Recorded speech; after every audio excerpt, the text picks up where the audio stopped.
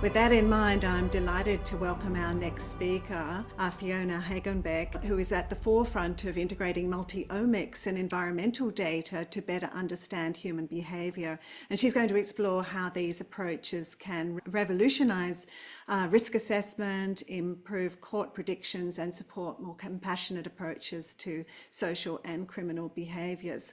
Welcome, Fiona. Thank you. Thank you for this very nice introduction and for inviting me today. So to facilitate the talk about the role of multi-omics in justice and public health, today I would actually like to take a step back. What I want to do is talk about the role of multi-omics in externalizing behaviors. So when we talk about externalizing behaviors, this is any kind of behavior in which we express our thoughts or feelings in an external manner, often in a negative manner. Common examples would be aggressive behavior, impulsivity, but this is also any kind of rule-breaking behavior that may ultimately lead to delinquency or entering into the criminal justice system.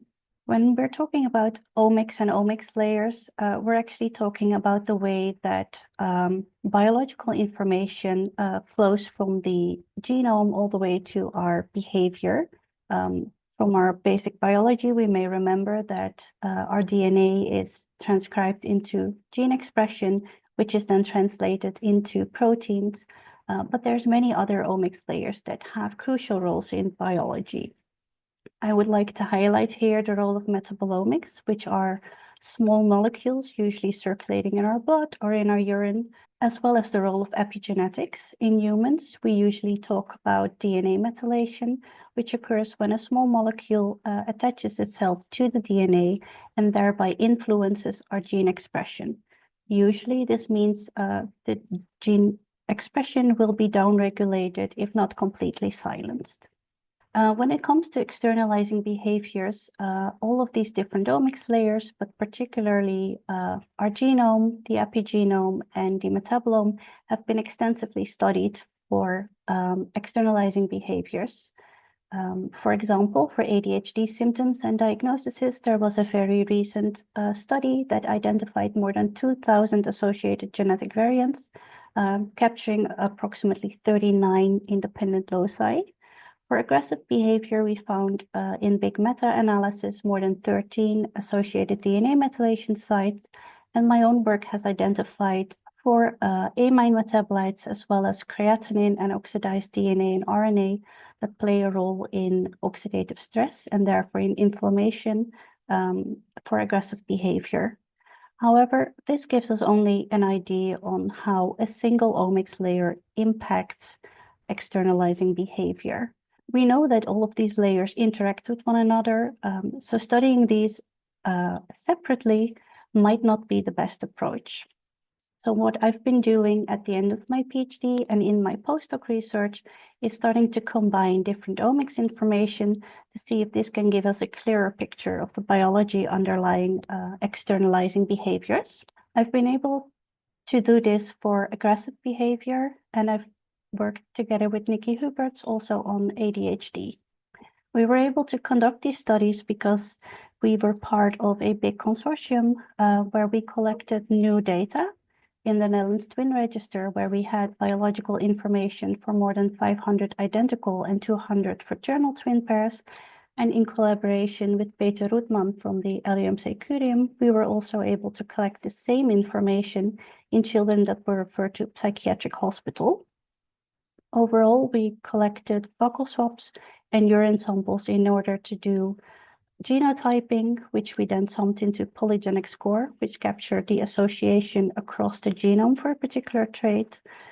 We measured the DNA methylation in buccal cells, and we were able to get urinary metabolomics data for 3 different platforms, which meant that we were able to target different biological systems as measured in urine.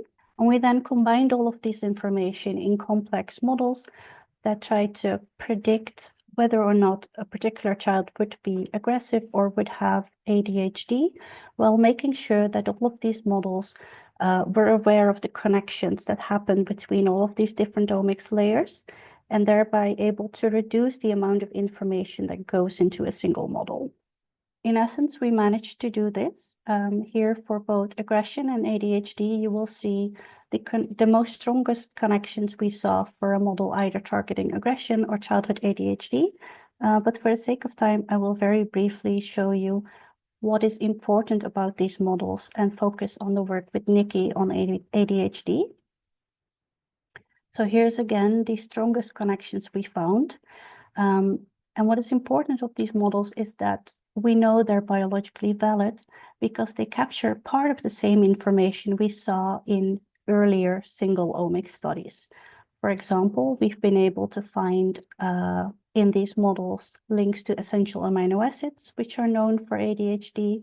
We've been able to pick up CPGs in the MOD1L1 gene, which were already known, as well as genes in the TMEM family, again, picking up unknown biology.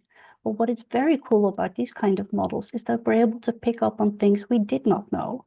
For example, we found new evidence for associations in the STOP2 gene, as well as links to paternal smoking, which hasn't been shown for ADHD before.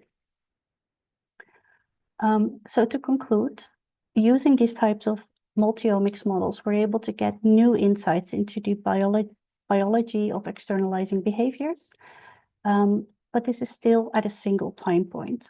So what I would like to leave you with is what I feel should be the next directions in this field, and that is to start modeling externalizing behavior and biological processes over time, so that we can also start digging into some of the causal relations, which ultimately will help us do proper translational research and may then give us insights into new personalized interventions, in addition to those interventions that already exist for externalizing behaviors. So with that, I would like to thank you for your attention and thank all of the co-authors involved in this work.